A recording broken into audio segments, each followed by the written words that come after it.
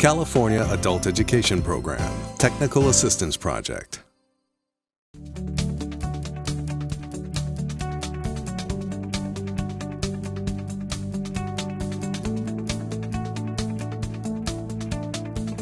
So good morning and welcome to the California Adult Education Program Annual Summit. I am Renee Collins, the Director of the CAEP Technical Assistance Project, the Director of the Outreach and Technical Assistance Network, better known as OTAN, and a member of the Capital Adult Education Regional Consortium. I will also be your MC for this morning. On behalf of our CAEP TAP team, I want to thank you for registering and joining us at the CAEP Summit 2020. We have over 1,000 registrants and close to 70 sessions, including our Learn at Lunch sessions with our exhibitors. Thank you, Renee, for that warm welcome, and good morning, everyone. It's a pleasure to be with you. Thank you for tuning in to this virtual summit. And thank you all for inviting me to say a few words at today's California Adult Education Program Virtual Summit. For those of you in Southern California, I hope you're staying safe. That wind is pretty crazy out there. If you're in Orange County, I hope you stay safe. I can see that there's already fires in Orange County, so I'm hoping everybody stays safe today. So let me just kick off this summit with a few thoughts. First of all, let me say thank you to all of you who put adult learners at the center of everything that you do. Hi, I'm Kendra Britt, the Deputy Superintendent from the Access for All branch at the California Department of Education. And on behalf of the California State Superintendent of Public Instruction, Tony Thurmond, I welcome you to the California Adult Education Program Summit 2020.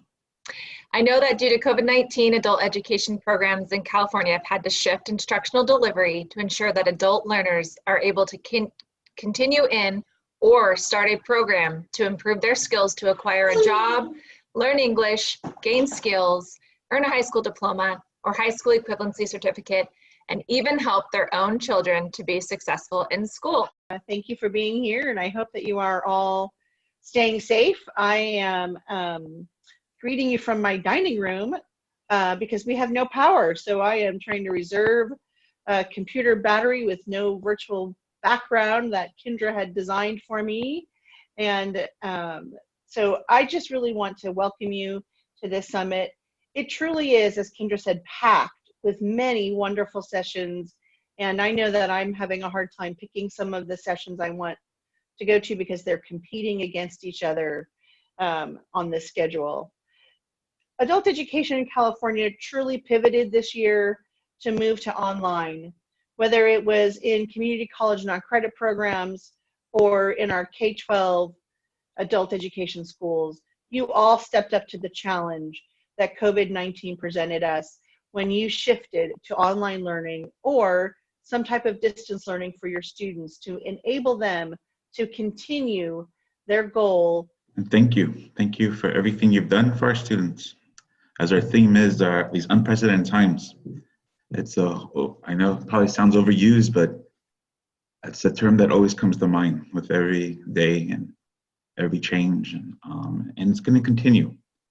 We're going into uncharted waters, but how you've pivoted and helped our students adapt it gives us a lot of confidence that we will embrace the next turn, the next challenge, and for the sake of our students.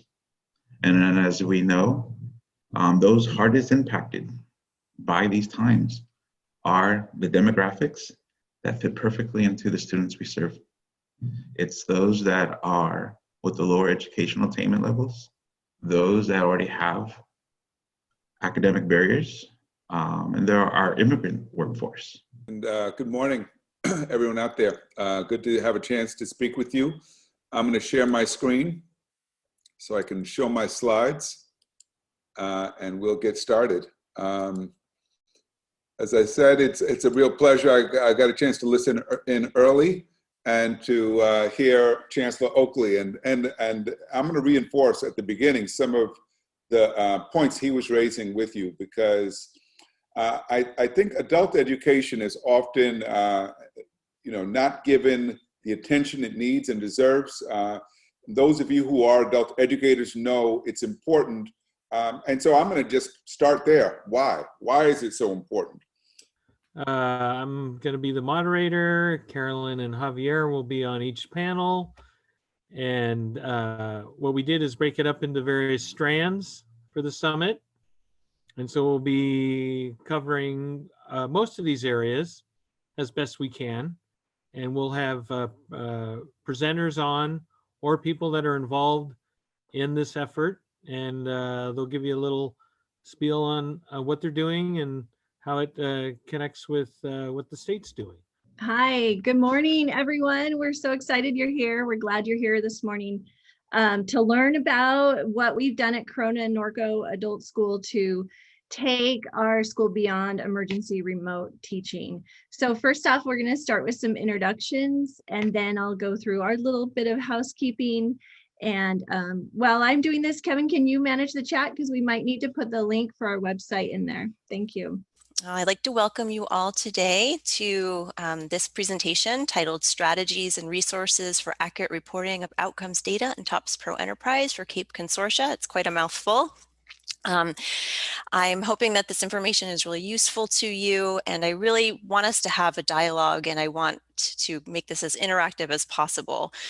So this is the session description that I submitted when I submitted this presentation. So I wanted to just go over with you what I'm planning to do, and then also get a little bit of feedback from you about what you're hoping to get out of this session. So I'm going to be sharing some strategies and resources used by our consortium, which is the Capital Adult Education Regional Consortium in Sacramento. I'm going to share with you the strategies and resources that we use to collect and accurately report student outcomes data. I'll just quickly introduce who we are. Jenny Mollican, my name is Peter Simon. Jenny Mollican and I are partners in a new venture called the High Road Alliance. We're working really to expand the availability of programs that integrate teaching, learning, academic, workplace, digital skills, really leading toward high road employment and access to high road employment. I'm Selena Shands. I'm the CEO and founder of Full Capacity Marketing. And welcome to everyone today. We are going to be using the chat box a lot. So we'd love for you to introduce yourself and give us the #1 challenge you are facing in terms of recruiting students. We asked that yesterday during our session with 3 panelists who has done a fantastic job in terms of doing regional outreach. So Michelle, a funding formula, it wouldn't seem to be the first thing that people would think of. A lot of times it's a difficult conversation because some people see it as a zero-sum game, you know, like, hey, if you win, I lose, can be contentious, can be difficult. So what happened in LARIC? Why did we take this on as something that would be a priority for us? Why a formula, Michelle?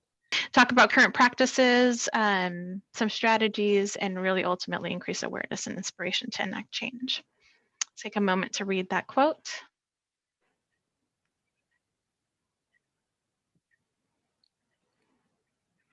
All right. So we're setting the stage for you here. I mean, recent activities that we've all experienced. Really, we talked, Veronica and I have been students in our programs, and when we thought about what do we want to do, how can we help? So as I said in the 2020 CAEP Digital Literacy and Technology Integration Strands meeting, you know, this was held in really strange times, and we really felt like we couldn't ignore everything that was going on around the country. You know, the fact that programs were operating completely remotely because of pandemic, and how we were all sort of grappling with finding a way forward after, you know, the much needed national racial reckoning. All right, so we're going to talk in detail about our transitional strategies that have been working for us. We're actually quite proud of our strategies. So we will go into detail. The way we have set up our presentation is we're going to speak a little bit of each. And we're going to tell you what we did before COVID and then what we're doing now in COVID.